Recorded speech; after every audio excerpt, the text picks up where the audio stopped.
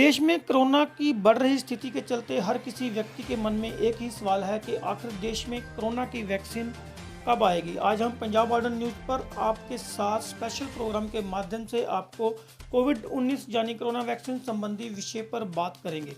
Russia की RDFI की अध्यक्ष केरल दिमित्री का दावा है कि रशिया की तरफ से कोविड-19 के लिए पहली वैक्सीन स्पुतनिक 5 रजिस्टर्ड करवा ली गई है। दिमित्री के अनुसार स्पुतनिक 5 एक एडिनोवायरस वेक्टर्स बेस्ड वैक्सीन है। स्पुतनिक 5 वैक्सीन को बनाने के बाद इसका उपयोग देश के फ्रंट लाइन पर काम कर रहे सेहत कर्मियों पर किया गया, जिसके चलने से इस वैक्सीन संबंधित सभी चरण पूरे कर लिए गए।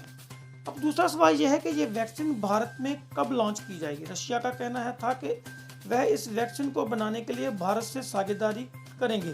दरअसल भारत ही एक ऐसा मात्र देश है यहाँ पर वैक्सीन की पैदावार सबसे ज़्यादा स्केल पर की जाती है, जिसके चलते रशिया भारत से इस विषय पर संधि करना चाहता है। बता दें कि भारत सरकार की तरफ से इस विषय पर रशिया को ये कहा गया है कि वह स्पुतनिक 5 का सारा डाटा प्रोवाइड कराए, जिसके स्तर पर भारत के साइंटिस्ट इस विषय पर खुद जांच करेंगे तथा इस वैक्सीन को कुछ वॉलंटियर्स पर ट्राई करेंगे, जिसके बाद ही इस वैक्सीन को भारत में लॉन्च किया जाएगा। बता दें कि भारत की तरफ से ये भी सूचना मिली है कि डॉक्टर रेड्डी कंपनी को इस विषय पर निर्धारित किया गया है कि वह इस वैक्सीन को जल्दी ही तैयार की जाएगी।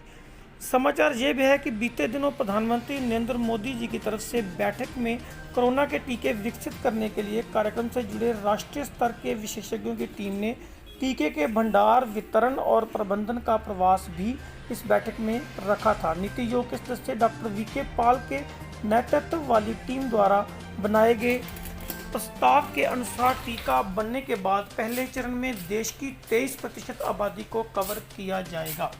बता दें कि इस वैक्सीन को देश के 30 करोड़ लोगों को प्राथमिकता के आधार पर लगाया जा सकता है। टीम द्वारा इस 30 करोड़ व्यक्तियों में अधिकतर खतरे वाले इलाके में इस वैक्सीन को शुरू किया जाएगा। इसके अलावा स्वास्थ्य कर्मचारी, पुलिस कर्मचारी, सैनिटेशन कर्मचारी शामिल होंगे। इन 30 करोड़ लोगों को 60 करोड़ टीके लगाए जाएंगे, क्योंकि स्पुतनिक 5 के इंजेक्शन एक व्यक्ति को 2 बार लगाए जाएंगे। टीम द्वारा बनाई गई सूची का 4 भागों में वितरण किया गया है, जिसके अनुसार 50 से 60 लाख स्वास्थ्य कर्मचारी, 2 करोड़ से अधिक फ्रंटलाइन कर्मचारी, 50 वर्ष से ज़्यादा आयु वाले लगभग 25 करोड़ लोग और ऐसे लोग जो 50 वर्ष से कम आयु के हैं परंतु अन्य बीमारियों से पीड़ित हैं, वो भी इसमें शामिल किए जाएंगे। कमेटी के अनुसार देश में सरकारी व प्राइवेट क्षेत्र में लगभग 70 लाख स्वास्थ्य कर्मचारी, 11 लाख MBBS डॉक्टर, 15 लाख नर्सें, 8 लाख आयुष पेशेवर और 6 लाख ANM और 10 लाख आशा वर्कर भी शामिल की जाएंगी।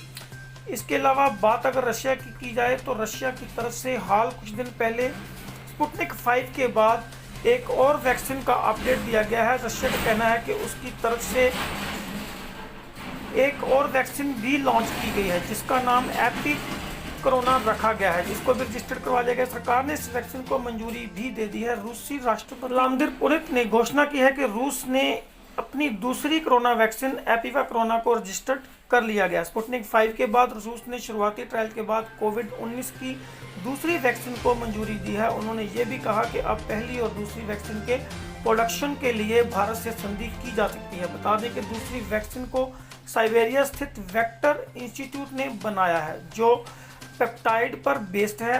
कोरोना संक्रमण से बचाव के लिए इस वैक्सीन की 2 खुराक देने की जरूरत होगी। इसे करीब 100 वॉलंटियर्स पर भी टेस्ट किया गया है।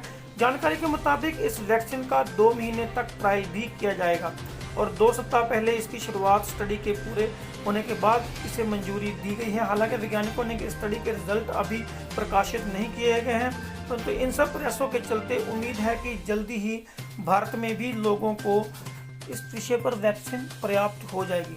Punjab modern news Bengal.